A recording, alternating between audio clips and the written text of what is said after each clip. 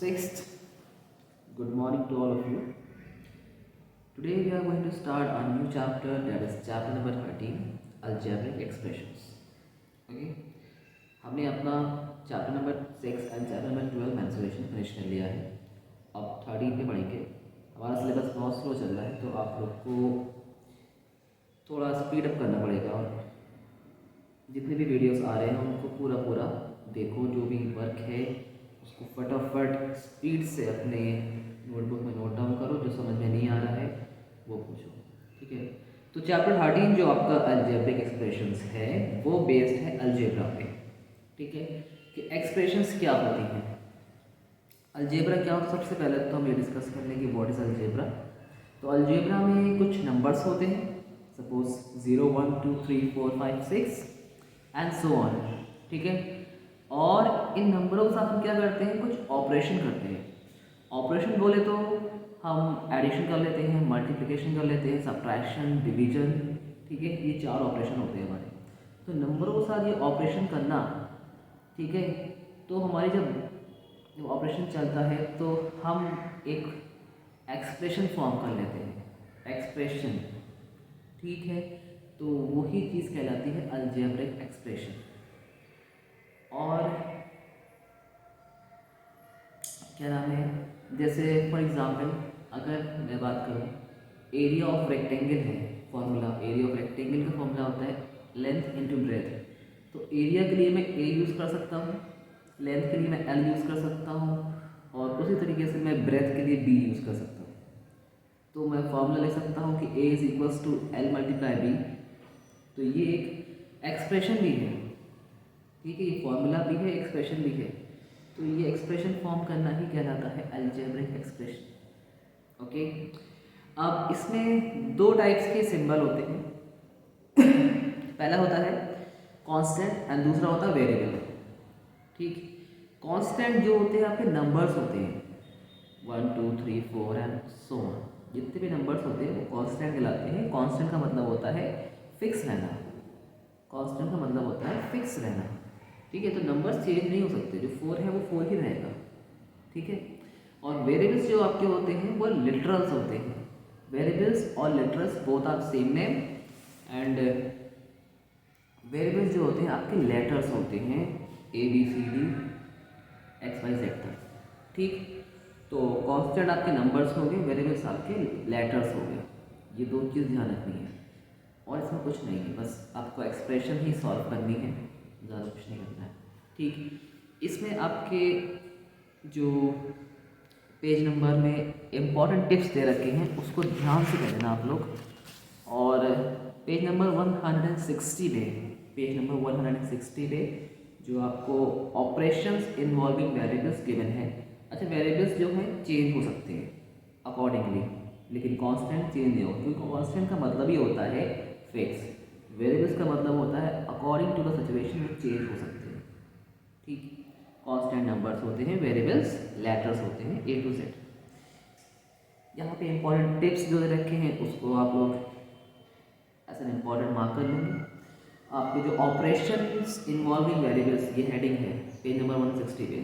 तो इसको जो है बहुत सही से इसको रीड कर लेना थॉरोली, ठीक है। इसको समझ लेना। आपको सिर्फ ये दिखा रहा है कि एडिशन का क्या है, सब्ट्रैक्शन का क्या है, मल्टीप्लिकेशन का क्या है, डिवीजन का क्या है, मतलब एक्सप्रेशन इन चारों अलग अलग उसमें कैसे फॉर्म होती हैं, ये आपको उसमें एज एन एग्जाम्पल गिवन है, ठीक है। और ज़्यादा कुछ नहीं है इसमें। प्रॉपर्टीज़ गिवन है एडिशन और मल्टीप्लिकेशन की, ये आपको पिछले चैप्टर टीचर्स में बता चुका हूँ, अब वही यहाँ पर रिपीट हुई है, ठीक है। बाकी हम अब स्टार्ट करेंगे अपनी एक्सरसाइज, दैट इज 13.1, ठीक है। 13.1 आप पेज नंबर 161 पे गिवन है। इसमें फर्स्ट क्वेश्चन में ऑलमोस्ट 10 से लेके 12 क्वेश्चन है, मतलब 12 पार्ट्स हैं। तो इतने नहीं करने हैं आपको, ओनली 5 करने हैं आपको, ठीक। ओनली 5 करने हैं, जिसमें एक मैं कराऊंगा, बाकी 4 आपको खुद करने हैं। बहुत सिंपल है, नथिंग टू वरी, कोई दिक्कत नहीं है, बहुत आसान है। दूसरे वाले में right the following in exponential form, इसमें भी आपके जो पार्ट्स गिवन हैं वो हैं 6 पार्ट्स गिवन हैं। तो इसमें हम सिर्फ 2 नहीं 3 कर लेंगे, ठीक है। So let's start our exercise 13.1। So here we are with exercise 13.1। okay, now let me open the exercise. Yeah, 13.1 in question number 1 is asking write the following statement in algebraic form। okay, आपको जो statement given है उनको algebraic form यानी algebraic expressions बनाना है, ठीक। तो पहला question था आपका, क्वेश्चन 1 का ए पार्ट था आपका 4 more than a number. 4 more than a number x, x है कोई नंबर, उससे जो है 4 जो है ज़्यादा है, ठीक है। तो एक्सप्रेशन बहुत सिंपल है, x लिखना है आपको। अब मोर देन के लिए हम प्लस लगाते हैं, कितना ज़्यादा है 4 ज़्यादा है, तो 4 जो है नंबर x से ज़्यादा है, तो x प्लस 4 हो गया, ठीक है। उसी तरीके से आपके बुक में और भी गिवन है, सपोज x इंक्रीज बाय 11। तो मैं आपको यहाँ पे ये बता दूँ, जो मोर देन है वो प्लस के लिए यूज़ होगा, जहाँ पे मोर आएगा वहाँ आप प्लस यूज़ कर लेंगे, जहाँ पे इंक्रीज आएगा वहाँ पे भी आप प्लस यूज़ कर लेंगे, जहाँ डिक्रीज आएगा वहाँ पे आप माइनस कर देंगे, और जहाँ पे बाई चांस जैसे डिवाइड भी आ रहा है कुछ जगह, तो वहाँ पे आप डिवाइड का साइन लगाएंगे, कुछ जगह सब्ट्रैक्ट लिखा हुआ है डायरेक्ट, ठीक है। कुछ जगह लिखा हुआ है डिमिनिश्ड, डिमिनिश्ड मतलब ये होता है माइनस होना, डिक्रीज होना, ठीक है। तो ये सब आपको हिंट गिवन है, जिसके हेल्प से आप ये सब सिंबल लगाएंगे यहाँ पे, ठीक है। तो यही ऑपरेशन चला था जिसकी मैं बात कर रहा था, इसी को ऑपरेशन बोलते हैं। और ये देखिए यहाँ पे वेरिएबल और कांस्टेंट, वेरिएबल और कांस्टेंट की यहाँ पे बन गई ऑपरेशन हुआ, तो ये इनने बना दिया है एक एक्सप्रेशन को, इसी को बोलते हैं अलजेब्रिक एक्सप्रेशन, ठीक। ये वेरिएबल हो गया लिटरल, ये हो गया कांस्टेंट, ठीक है। क्वेश्चन नंबर 2 पे चलते हैं। कह रहा right the following in exponential form. Exponential form होती है यानी कि जिसमें हम लोग पावर लगाते हैं, ऊपर हम लोग पावर लगाते हैं, ठीक है। तो क्वेश्चन नंबर 2 में हमने लिया है ए पार्ट, इसमें आपको ए जो गिवन है 5 टाइम्स गिवन है मल्टीप्लाई में, वही आपको बी जो गिवन है 1 2 3 4 टाइम गिवन है आपको बी, ठीक है। एक्सपोनेंशियल फॉर्म होती है जिसमें हम लोग पावर लगाते हैं ऊपर, ठीक है। तो ए आपको 5 टाइम गिवन है तो आप ए की पावर 5 कर दो, बी आपको 4 टाइम गिवन है तो बी की पावर 4 हो गई, बात खत्म। यही आंसर है, कुछ नहीं करना है, बस यही है जो है जिंदगी में, ठीक है। इससे आसान कहीं नहीं मिलेगा। और भी गिवन है आपको क्वेश्चन, जो जितनी बार गिवन है उतनी बार लिखो, ठीक है। इतना ओवरलोड लेने की जरूरत नहीं है कि बहुत लंबा क्वेश्चन है, जितना लंबा क्वेश्चन उतना छोटा आंसर, ठीक है। और यही है जिंदगी में, कुछ है भी नहीं। क्वेश्चन नंबर 3 पे चलते हैं। इसमें आपको उल्टा करना है, जो हमने क्वेश्चन 2 में करा है, अब हमें क्वेश्चन 3 में वो उल्टा करना है। बोले तो right the following in product form, ठीक है। अब हमें प्रोडक्ट फॉर्म में लिखना है।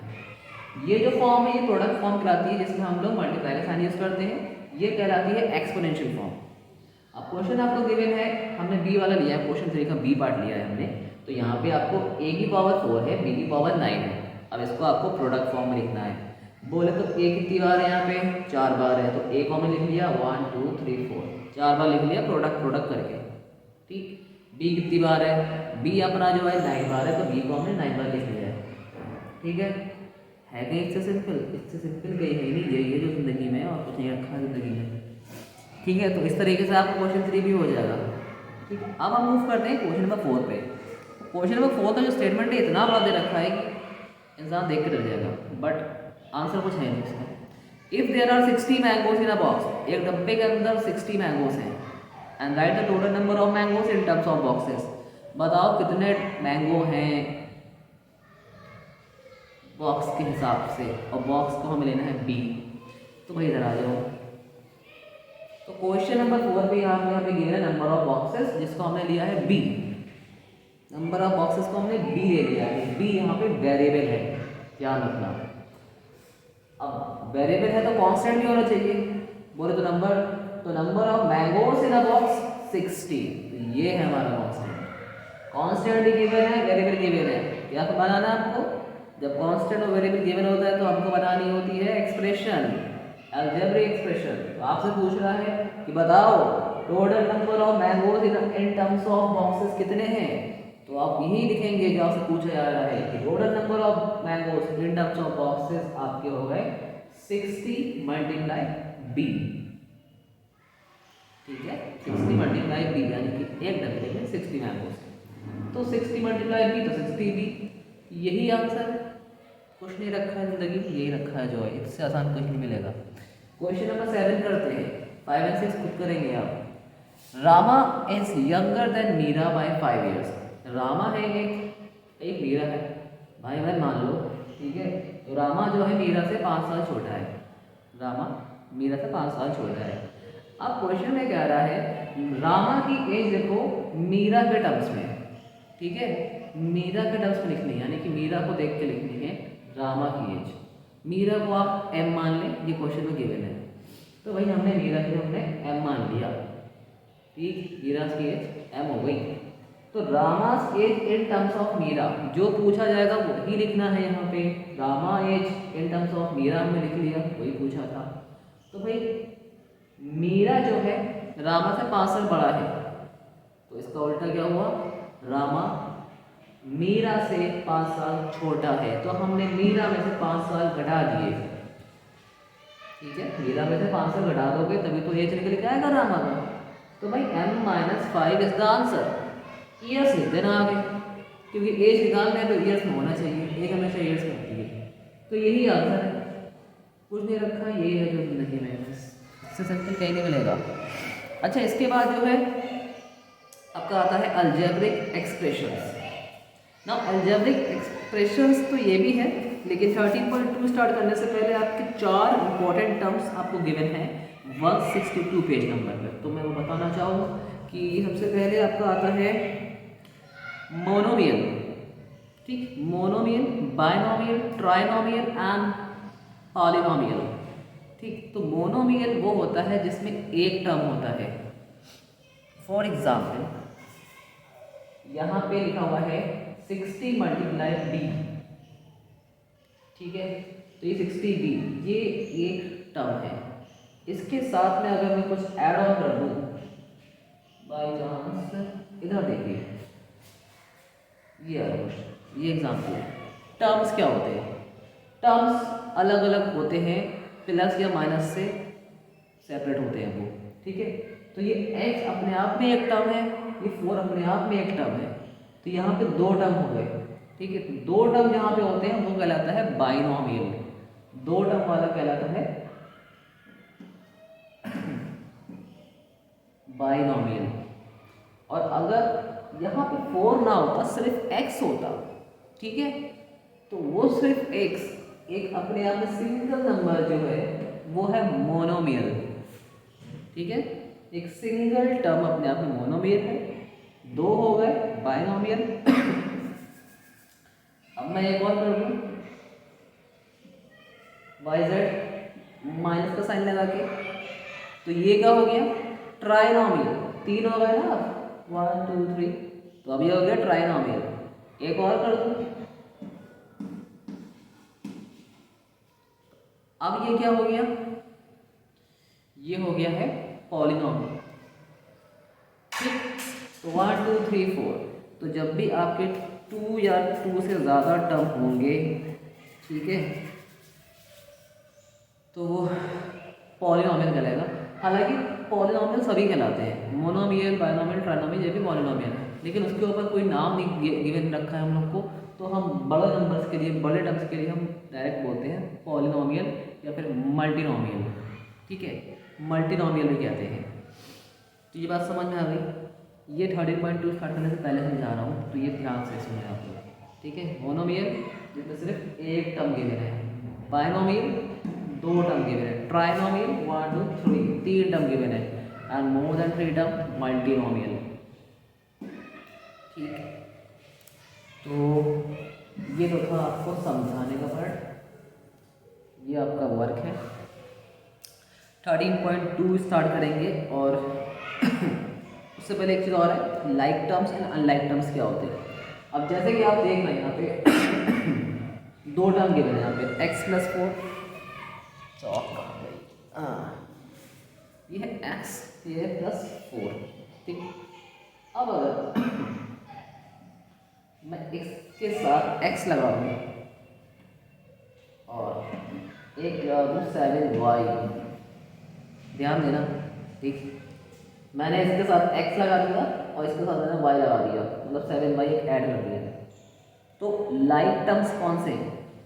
वो टर्म्स जिनका वेरिएबल सेम है, वो टर्म्स, ये टर्म्स हैं अपने आप में, तो वो टर्म्स जिनका वेरिएबल सेम है वो कहलाते हैं लाइक टर्म्स। तो यहाँ पे ये x है, इसके पास भी x है, दोनों सेम है, तो ये दोनों लाइक टर्म्स हैं।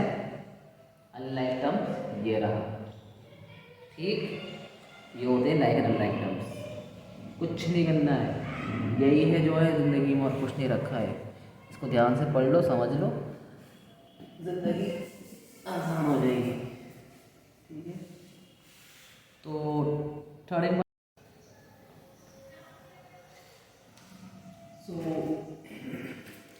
Welcome class, exercise 13.2।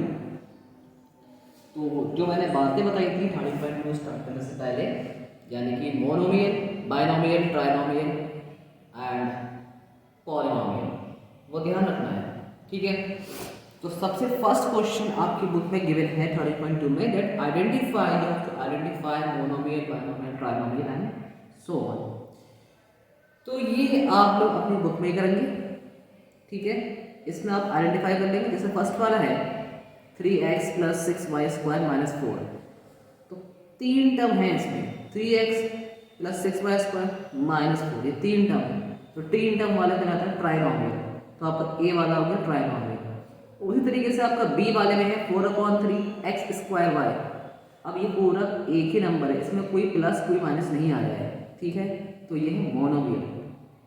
इस तरीके से आपको ये सारे करने हैं, ये आपको अपनी बुक में इटसेल्फ करने हैं, कॉपी या अपनी नोटबुक में नोट डाउन नहीं करने हैं, ये ध्यान रखना। क्वेश्चन नंबर 2 पे पढ़ते हैं, जो कि हम अपने नोटबुक में करेंगे। फिर they saying identify the like terms from the following expressions. आपको लाइक टर्म्स पहचानने हैं इन एक्सप्रेशंस में, ठीक है। तो लुक ऑन द बोर्ड, यहाँ को आपको एक्सप्रेशन गिवन है 4x square y minus 6y square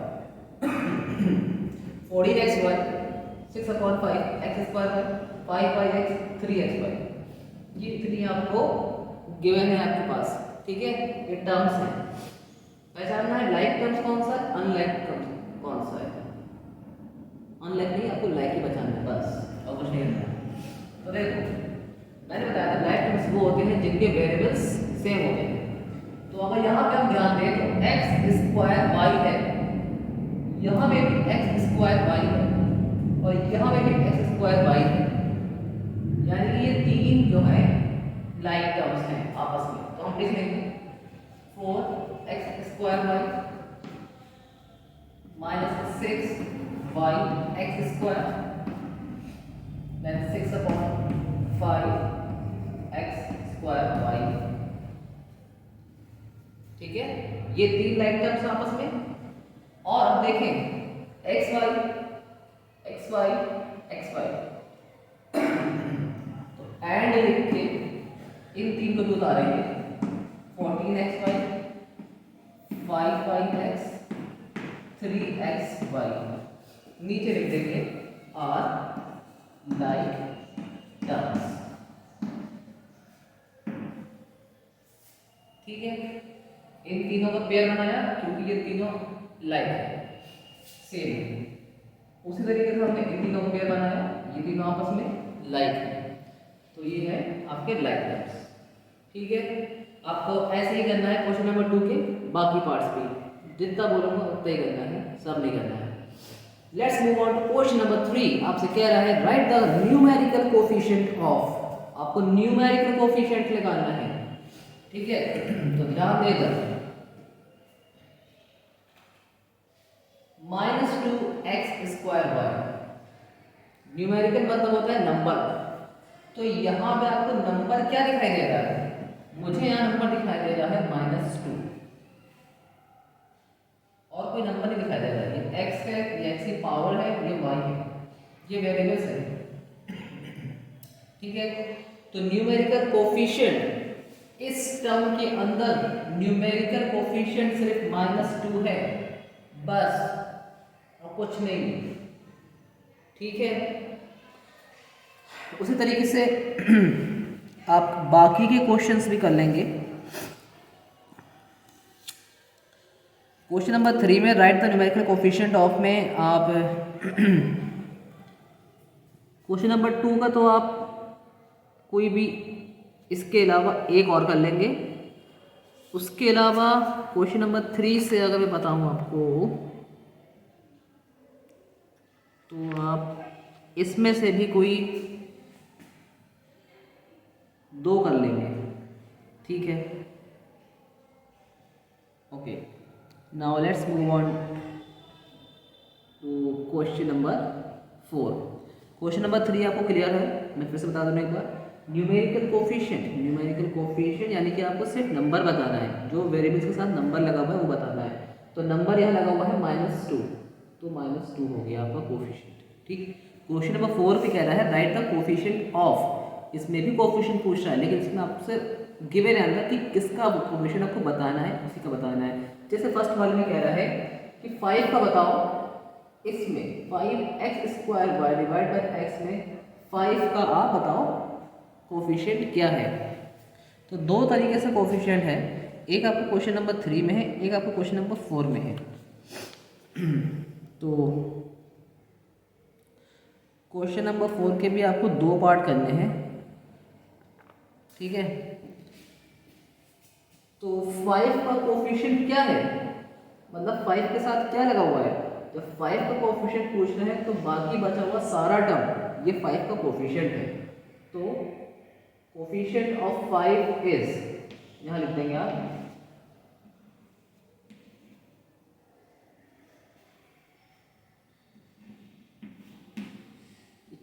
तो चलती नहीं इस पे,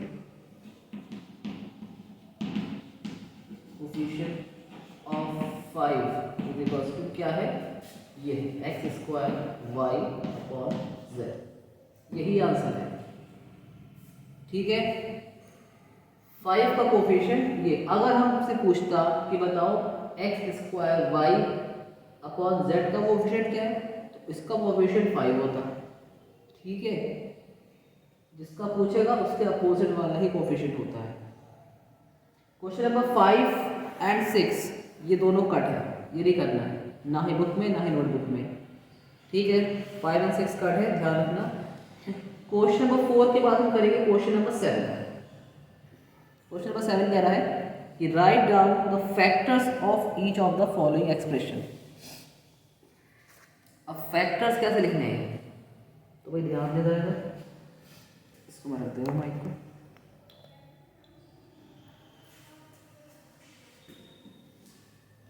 फोर x² y z का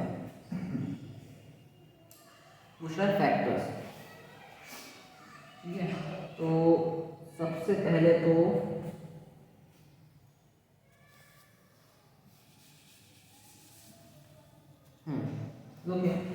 हम लिखेंगे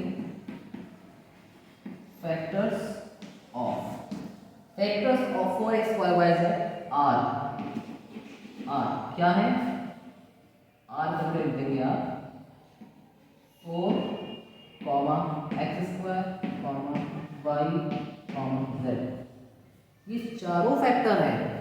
ठीक है, 4 अपने आप में फैक्टर है, x² अपने आप में फैक्टर है, y अपने आप में फैक्टर है, z अपने आप में फैक्टर है। यानी कि ये चारों अपने ही टेबल में आते हैं। ठीक है, 4 x के टेबल में नहीं आता, ना ही 4 y के टेबल में आता, ना ही z के टेबल में। उसी तरीके से x है, किसी के टेबल में नहीं आता, ना 4 के टेबल में, ना y के टेबल में, ना z के टेबल में। उसी तरीके से y भी जो है किसी को नहीं काटता, z भी। ठीक है, ये चारों अपने आप में खुद फैक्टर है।